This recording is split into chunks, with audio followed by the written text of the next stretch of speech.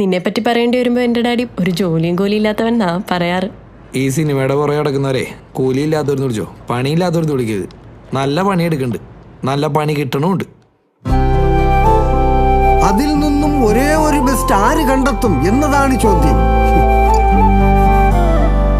Spot editing എനിക്ക് വരാൻ പറ്റിയൊന്നുമില്ല. ഇവിടെ 100,000 വർക്കുള്ളതാണ്. 100,000 വർക്ക് തനിക്കോ? താൻ വെറുതെ തള്ളല്ലേ.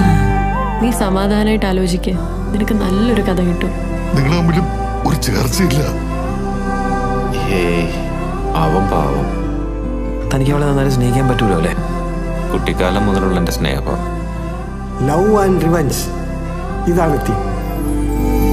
മോഹങ്ങൾ ദൂരെ ദൂരെ മാനത്തായി മാഞ്ഞാലും ഞാനെത്തും മേലെ മേലെ. നിങ്ങൾ ഉണ്ടാക്കി അയച്ചു തന്ന നല്ല നല്ല സിനിമകൾ തെളിയിച്ചിരിക്കുന്നു. ഒരു 10 എൻട്രികൾ നമ്മൾ ഷോർട്ട് ലിസ്റ്റ് ചെയ്തിരുന്നു. അതിന്റെ ക്രൂവിനെ ഇങ്ങോട്ട് ഇൻവൈറ്റ് ചെയ്തിട്ടുണ്ട്. അച്ഛൻ്റെ കയ്യിൽ വല്ല ഫണ്ടും കാണും.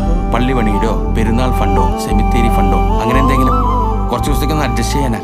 നീ ഫെമിനിസ്റ്റ് ആണോ കള്ള ഫെമിനിസ്റ്റ് ആണോ? തെറ്റെന്റെ ഭാഗത്താ.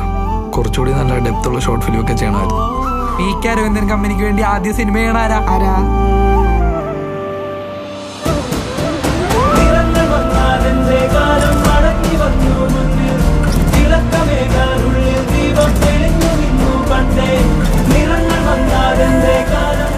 നീ നല്ല മനുഷ്യനാ ടോമി.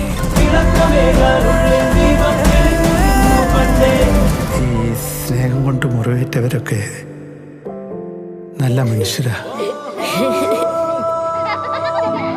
ഒരു റൊണാൾഡോ ചിത്രം, നല്ല വെയിറ്റ് ഉള്ള പേരല്ലേ? എടാ ഇത് വല്ലതും നടക്കുമോ? ഈ കൊല്ലം പാടാവും. എൻ്റെ ആരോഗ്യസ്ഥിതി വെച്ച് ഞാനും മിക്കവാറും ഈ കൊല്ലം പടമാവും.